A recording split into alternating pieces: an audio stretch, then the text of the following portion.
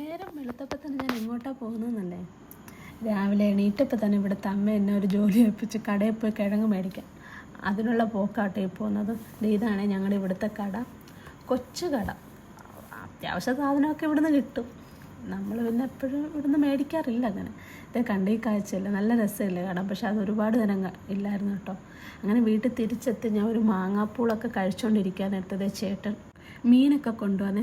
ഞാൻ അതിൻ്റെ സൈസ് നോക്കുവാണ്, എൻ്റെ അത്രയും ഉണ്ട്. പിന്നെ കൂടെ 2 കണ്ണിയേല. പിന്നെ ഞാൻ ആ 2 കണ്ണിയേലയും വെട്ടി, വാളയും വെട്ടി. ഇച്ചിരി പ്രയാസപ്പെട്ട് ഞാൻ വെട്ടി, കാരണം ഇതിത്തോട്ട് ഞാനായിരിക്കും മീൻ വെട്ടുന്നത്. ഇവിടെ അമ്മ പണിക്ക് പോവുകയാണ്.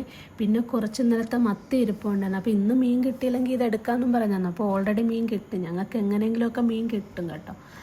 അപ്പം ഇതെടുത്ത് ഉണക്കാനിട്ട് ഉപ്പും തേച്ച്. കപ്പയുടെയൊക്കെ കൂടെ കഴിക്കാമല്ലോ. ഉണക്കമീനും കപ്പയും എനിക്ക് ഭയങ്കര ഇഷ്ടമുള്ള കോമ്പിനേഷനാണ്. അതിന് വേണ്ടി തന്നെ ഞാൻ ഈ ഉണക്കുന്നത്.